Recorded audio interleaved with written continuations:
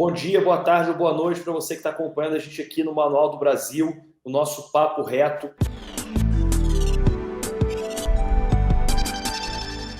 É um prazer ter aqui hoje comigo meu amigo Thiago Reis, fundador da Suno Research. Ele vai explicar um pouquinho para a gente quem é o Thiago, como é que você fundou a Suno, Thiago. Obrigado, Pedro. Primeiramente, é um prazer estar aqui com você. A gente se conhece aí, acho que já faz uns 10, 15 anos pelo menos, e a gente é amigo desde as antigas, né? E agora estamos aqui na fase profissional frente a frente. Acompanho o seu canal, vi uma entrevista maravilhosa que você fez recentemente lá com o Ronaldo César Coelho. Acompanhei outras também, mas aquela lá era para mim muito especial porque tratava de investimentos e um cara que tem uma carreira fenomenal no mundo dos investimentos e agora está no seu canal aí.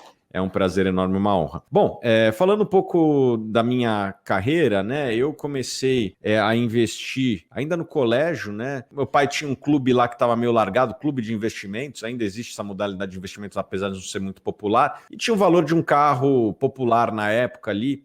Hoje o carro popular vale muito, naquela época valia menos. E eu comecei a investir, Family and Friends. O negócio foi tendo uma boa performance, né? Era também um mundo que em 2003, quase tudo subia, mas as nossas ações acabavam subindo mais porque acho que eu acabei focando ali num segmento meio de small caps, né, Alpargatas, enfim, comprei várias empresas ali que não eram tão grandes como são hoje, mas naquela época eram muito pequenas e estavam com uns múltiplos muito amassados. Basicamente eu comprava empresa de ROI bom e PL baixo com baixo endividamento. Praticamente não mudou muito a minha estratégia de lá para cá. Obviamente que eu fui aprendendo muito ao longo do caminho, aprendo até hoje. Né, eu fui tocando esse clube, transformei num fundo. Depois desse fundo eu vendi minha participação para os outros sócios e peguei os recursos que eu tinha acumulado ao longo da minha carreira e botei tudo em ação e principalmente fundo imobiliário que pagava uma renda e me aposentei, mas cansei da aposentadoria. Em 3 meses já estava procurando outra coisa para fazer da vida e daí eu fui estudar um pouco o que envolvia internet e investimentos e conheci várias empresas interessantes lá de fora e eu falei, poxa, não tem ninguém fazendo alguns desses modelos de negócio do Brasil, né? Empresas como Morningstar, FactSet, Investopedia, enfim. A gente tentou replicar, de certa forma, essas empresas de fora no Brasil. Tem dado certo. Hoje a Suno tem centenas de milhares de clientes com diversos tipos de produtos diferentes, desde cursos, análises, assinatura. Mais recentemente, a gente está com uma Wealth, também uma Asset, fazendo gestão de fundos. Felizmente, todos os nossos fundos até agora têm performado acima da média de mercado, estão ali no quartil superior de performance. Enfim, essa é um pouquinho a nossa história, uma empresa de investimentos que tem crescido e impactado cada vez mais pessoas. E essa é um pouco da minha carreira aí, Pedro. Thiago, legal. E você conseguiu pegar com a Suno também um upside aí das pessoas entrando na Bolsa, né? Quer dizer, antes, se você pegar 20 anos atrás, os juros no Brasil eram muito altos, as pessoas tinham menos interesse, talvez menos atração para entrar, né, no mercado de ações e por aí vai. Como é que você vê esse movimento no Brasil cada vez maior, né, de número maior de CPFs na Bolsa? Você acha esse movimento vai crescer mais? Como é que você olha esse movimento que a gente está vivendo? Ótimo. Eu acredito até que a Suno foi protagonista também, que permitiu, lógico que não foi a única força, mas foi uma força importante para trazer informação, né? Várias ferramentas, fomos nós que criamos, essas ferramentas ajudam muito os investidores todos os dias. Então, a gente acha que foi, de certa forma, parte do processo de criação de investidores do Brasil. Eu acho que é uma tendência natural. Quando a Suno começou, tinha mais ou menos 0,3% da população brasileira que investia em ações. Hoje estamos batendo mais ou menos, sei lá, 1,5% talvez da população aí, 1,5%, 2%. Mas mesmo assim ainda é muito pouco. Não vou nem comparar com países desenvolvidos, né? Os Estados Unidos, mais de 50% da população investe em ações. Mas se a gente pegar países de renda parecida com a nossa, né, como Colômbia, Rússia, China, apesar nos últimos anos nossa renda Brasil ter ficado meio parado, quando a gente começou era mais ou menos uma renda parecida, esses países têm mais ou menos 5% da população que investe em ações. Países como Índia, que tem uma renda per capita menor que a do Brasil, tem mais gente que investe em ações do que o Brasil em termos de percentual, né? Em termos absolutos, não dá nem para fazer a comparação, uma vez que a Índia tem muito mais pessoas que o Brasil. Então, eu acredito que é uma questão de tempo para a gente ver cada vez mais investidores direcionando seus recursos recurso para renda variável. É óbvio que a alta dos juros recente ela deve desacelerar, talvez até reduzir um pouco o número de investidores. Nem todo mundo está preparado para lidar com a volatilidade do mercado acionário, só que está mais do que provado que em todos os mercados do mundo, inclusive no Brasil, a renda variável é o investimento de longo prazo, é o investimento que a maior parte do mundo aloca os recursos para aposentadoria, né? Se pega os fundos de pensão lá de fora, eles aplicam 70% às vezes do seu patrimônio em ações, mesmo os fundos de pensão no Brasil não deve ter nem 10%. Tem um estoque muito grande em títulos públicos, né? E a gente acredita que se houver o mínimo de responsabilidade fiscal e o mínimo de estabilidade política, a tendência é que os juros no Brasil caiam e as pessoas que quiserem um retorno vão ter que buscar investimentos fora da renda fixa. Eu acredito que essa alta recente, como eu já disse, deve dar uma desacelerada, talvez até uma pequena reversão, mas eu acredito que em algum momento vai existir alguma racionalidade em Brasília que vão ver que não vale a pena você ser irresponsável fiscal. Eu vi uma frase que falava assim: o que a benevolência fiscal dá com uma mão, a inflação tira com a outra e mais rápido, né? E a gente está vendo isso daí, então não adianta ser espertinho e ser irresponsável fiscalmente. A conta chega rápido, chega com o dólar subindo que gera inflação, chega com bolsa caindo que tira investimentos da economia, não é uma coisa inteligente. E quando cair a ficha, e no final sempre cai, certamente vai ter mais responsabilidade fiscal, vai ter menos ruído vindo de Brasília, certamente os juros vai para um patamar menor e vamos ter aí muita gente investindo em projetos da economia real, e a renda variável é um caminho natural. Hoje o que a gente está vendo, né, Thiago? Hoje até você está falando isso tudo, é um dia meio icônico, né? 21 de outubro que a gente está gravando, e hoje foi anunciado lá aquela licença no teto de gastos, né? O governo está tentando fazer um acordo com o Congresso, a bolsa está caindo, o dólar já está quase mais de 5,5. Está acontecendo exatamente o que você está falando, né? Ruídos de Brasília que estão afetando o mercado. Agora, você também tem todo bônus tem um ônus também, né? Quando a gente tem o maior número de CPFs na bolsa, as pessoas investindo, indo atrás de informação e tendo informação, também tem muita desinformação, né? Então, a coisa que a gente mais vê são pessoas também perdendo dinheiro, né, com os famosos trades, day trades e por aí vai. Como é que você vê esse movimento desse tipo de ação das pessoas, do investidor, de querer ganhar dinheiro rápido? Como é que você vê isso no longo prazo? Tá, bom, assim, acho que tem que analisar sempre as estatísticas, né, Pedro? Existe um estudo encomendado pela CVM e realizado pela Fundação Getúlio Vargas, que mostra que a maior parte dos investidores, 90 e poucos por cento, perdi o número assim, mas é um número assim, das pessoas que buscam day trade perdem dinheiro e as que ganham muito pouco, né? Então tá aí a estatística de day trade. Rapidinho pra gente o que é o day trade, porque pode ter muita gente que assiste, gente que não sabe. Day trade é você ficar comprando e vendendo ação no mesmo dia e tentar estabelecer um lucro. É uma atividade que a maior parte das pessoas que eu conheço que se envolveram perderam dinheiro, e está evidenciado nesse estudo da própria CVM, na verdade o estudo da GV encomendado pela CVM, que mostra que day trade não é um bom negócio. Tem um outro estudo de uma corretora americana chamada Fidelity, que é uma das maiores corretoras dos Estados Unidos, que ela viu que os melhores investidores que ela tinha lá, né, os melhores clientes dela em termos de retorno, eram os clientes mortos. Olha só, né, o investidor bom e o investidor morto. Por quê? Porque gira pouco, né? O cara compra e não vende e tal, obviamente, porque por força maior. Mas, curiosamente, tem retorno melhor do que aquele que fica girando. Então, eu acho que isso mostra um pouco que investimento em ações é para longo prazo, é para comprar e vender. Na média, quem faz isso tem um retorno melhor do que quem fica girando a carteira. Mas, eu vou falar um pouco da minha experiência, e eu conversei, inclusive, isso com o Gilson, que é o presidente da B3, e eu tinha uma visão muito negativa do day trade, né? E eu ainda acho que não é um bom negócio. Mas o speech de vendas do day trade, ele é sedutor. Fique rico rápido com a bolsa, né?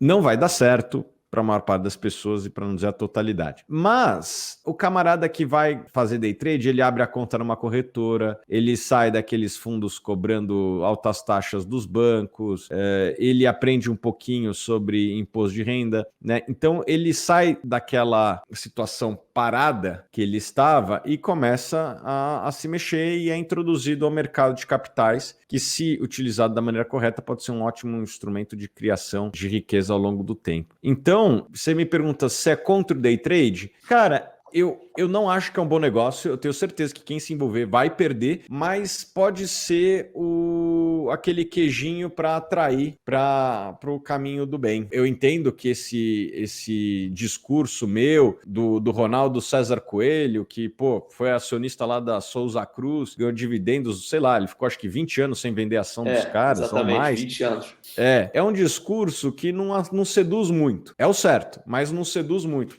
Vai comprando aqui ações da Souza Cruz e 20, 30 anos que lá na frente você fica bilionário como o Ronaldo César Coelho. A maior parte das pessoas vai falar, poxa, não me interesso por isso, quero ser bilionário hoje, vou pro day trade. E tudo bem, começa no day trade, vai perder, espero que não esteja alavancado, perca seus R$1.000, R$2.000, e é quase que um curso, uma educação, é um curso que você está pagando para aprender a abrir uma conta numa corretora, para aprender um pouquinho sobre imposto de renda em renda variável, e daí depois, quem sabe, boa parte desses que perderam vão pro bom caminho e seguir essa jornada aí, quem sabe se tornar o próximo Ronaldo César Coelho. Então, você me pergunta, o mundo é melhor ou pior com day trade? Cara, não sei. Eu tenho certeza que quem seguir não vai ganhar, mas talvez seja o caminho da sedução para tirar o cara daquela letargia que ele estava anteriormente. Não, Thiago, perfeito. E vamos caminhar um pouquinho mais ainda para esse ônus, né, de ter muita gente na bolsa, que o day trade, pelo menos, ainda existe, é uma atividade legal, né? Mas a gente vê muito, a gente acabou de ver agora há pouco tempo o faraó das criptos, né? Sujeito preso numa pirâmide de não sei quantos milhões de reais. Eu sei que você tem um trabalho muito ativo em pegar essas pirâmides, né? Como é que começou esse trabalho seu? Explica um pouquinho por que essas pirâmides não funcionam, né? E qual é o risco que o cara tem de se meter nisso e acabar entrando pelo cano. Cara, pirâmide tem sempre o mesmo fim, o fim, né? Acaba o dinheiro e aqueles que estão na pirâmide vão perder seu dinheiro e os líderes geralmente vão ser ou presos, como teve um aí no Rio, ou vão ter que se mandar do país, ou acabam até, em alguns casos mais trágicos, sendo assassinados por aqueles que ele botou, né? Afinal, quem perde dinheiro muitas vezes faz justiça com as próprias mãos. Não estou defendendo, mas é a realidade. Como fugir de uma pirâmide? Primeiro você tem que identificar uma pirâmide, né? Assim, existem alguns padrões que as pirâmides repetem. Geralmente são feitas por empresas não reguladas, empresas que não estão devidamente registradas. Você consegue verificar isso no site da CVM, da Anbima, né? Se a empresa não tiver autorizada pela CVM, cara, evite estar perto desta empresa, provavelmente tem alguma coisa errada. 2, geralmente prometem ganhos muito, muito altos, né? Assim, a gente que é do mercado de capitais admira um cara chamado Warren Buffett, que é provavelmente o maior investidor da história, e ele conseguiu mais ou menos 1,5% ao mês em dólar. Esse é o melhor investidor da história, né? E ele nunca prometeu isso, ele entregou, né? Esse cara aqui é o Michael Jordan das finanças, é o Lionel Messi dos investimentos. Provavelmente o seu retorno vai ser dali para baixo. Até desejo boa sorte para quem estiver nos ouvindo. Espero que tenhamos alguém que tenha retornos melhores que o Warren Buffett ao longo do tempo. Mas provavelmente o retorno é dali para baixo. Então, se alguém te promete mais do que 1,5%, ele está prometendo um retorno acima do que o Warren Buffett entregou. E o Warren Buffett nunca prometeu. Então, pessoal, o cara falou mais de 1,5%, falou mais que o CDI, já começa a desconfiar, tá? Porque se o cara tá prometendo acima do CDI, ele tá correndo algum risco, né? Não dá para prometer, dá para entregar. Outras coisas que a gente vê, é muito comum que golpes desses utilizem imagens de uma certa ostentação, que de certa forma impressiona algumas pessoas que não tem capacidade analítica para ver que aquilo lá não passa de um mecanismo de sedução, vamos dizer assim. É muito comum você ver esse padrão aqui, né? Promessa de dinheiro rápido, feito por uma empresa que não é regulada por CVM, e o cara publicando foto em jato, foto com Ferrari, Porsche, geralmente esse dinheiro, essa Ferrari, esse Porsche foi comprado com o dinheiro do próprio investidor, entre aspas, que no final do dia vai perder tudo porque ninguém tem condição de entregar esse retorno de maneira sustentável ao longo do tempo. Acho que quem seguir essas regrinhas já fica longe de pirâmide e, infelizmente, Pedro, existem alguns números que não foram auditados, mas são estimativas que eu vi, foram feitas pela Folha, de mais de 10 milhões de brasileiros já se envolveram com algum tipo de pirâmide em algum momento. É 5% da população brasileira.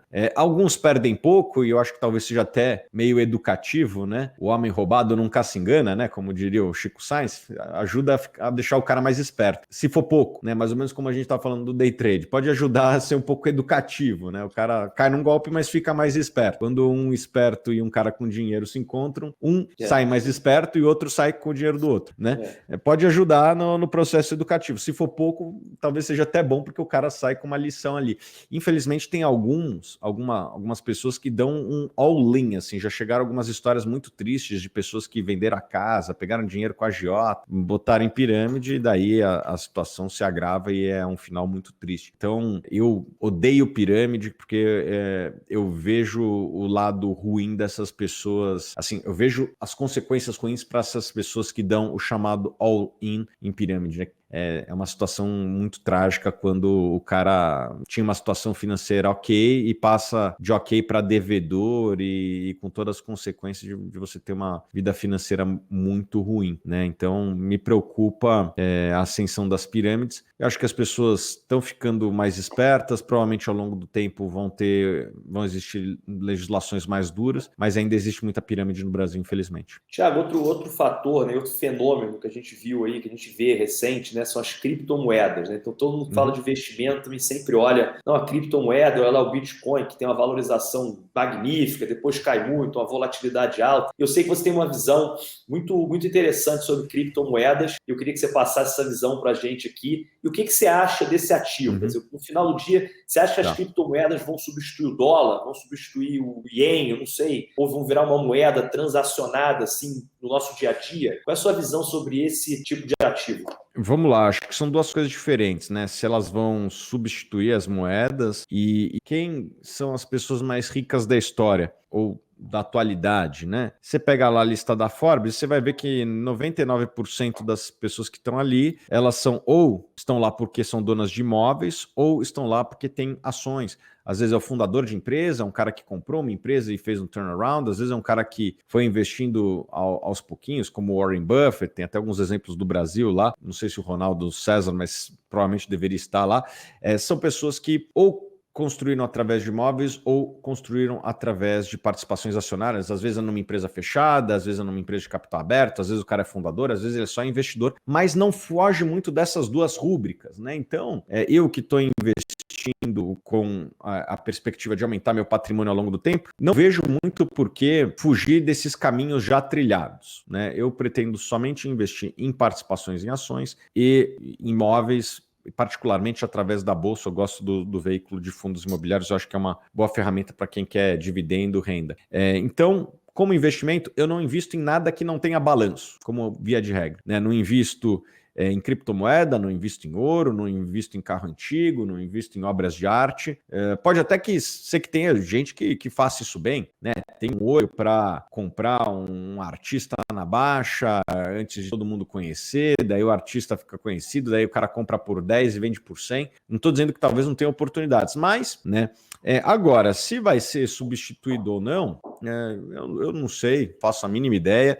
Quem sabe, pode acontecer, pode não acontecer.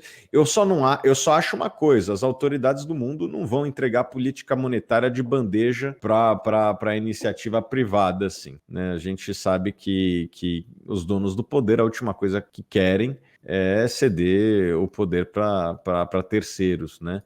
Eu, se fosse uma autoridade, eu ficaria esperto. Eu acho que tem várias dessas daí que já devem estar bastante ativas, né? Para, inclusive, proibir. Já proibiram drogas, já proibiram jogo, proíbe o que quiserem. Então, se quiserem proibir, vão proibir, né? E já tem alguns lugares que proíbem. né, esse negócio. Então, eu só acho que vai ser desafiador. Se o negócio ganhar atração, e de fato tem ganhado popularidade, provavelmente alguém vai querer regular isso daí, não vai ser de graça que vão entregar para terceiros a política monetária, que é um instrumento importante para qualquer país. Perfeito. Tiago, para a gente terminar, uma última pergunta. A gente tem sempre muito jovem aqui que assiste a gente aqui no Manual do Brasil. Que dica que você daria, assim, um livro ou uma dica do Tiago, alguma coisa para o jovem que quer entrar no mercado financeiro, está interessado em pesquisar mais e aprender mais sobre ações, aprender mais sobre investimento? Tem tanta coisa, né? Tem tanta informação, mas que dica você daria? Assim? Bom, me siga nas redes sociais aí. Eu acho que quem me seguir vai evoluir ao longo do tempo. Mas existem alguns livros que são muito bons. Eu posso separar aqui alguns que eu acho que são bons, são em português, né? Primeiro, eu acho que o Pai Rico, Pai Pobre, né? Que não é um livro propriamente de ações, é um livro mais de inteligência financeira, educação financeira mais básico, mas eu acho que ajuda a formar muito o caráter de quem seguir as orientações daquele livro, que é basicamente, cara, reduz sua despesa e compre ativos, né? Ele, no livro lá, fala muito de imóveis, mas ele dá muito valor para as ações também. Então, eu recomendo esse livro Pai Rico, Pai Pobre. Tem um outro livro brasileiro que chama Faça a Fortuna com Ações, eu acho que é um livro bom, que eu indico. Tem 2 livros meus aqui que eu acho que ajudam bastante para quem quer investir. Um é o 101 Perguntas e Respostas para Investidores Iniciantes, um livro que a gente fez pensando no iniciante. E o outro que é o Guia Suno Dividendos. Acho que quem lê esses 4 livros aí já vai estar, e seguir, obviamente, já vai estar na frente de quase todo mundo aí do Brasil. Tiago, muito obrigado. Foi um prazer ter você aqui com a gente nesse Papo Reto. Obrigado a você que ficou com a gente aqui até o final. Não deixe de curtir o nosso canal, deixar sua opinião aqui nos comentários e apertar o sininho, que isso é muito importante para a gente fazer o Manual do Brasil crescer cada vez mais. Obrigado e até a próxima, até o nosso próximo Papo Reto.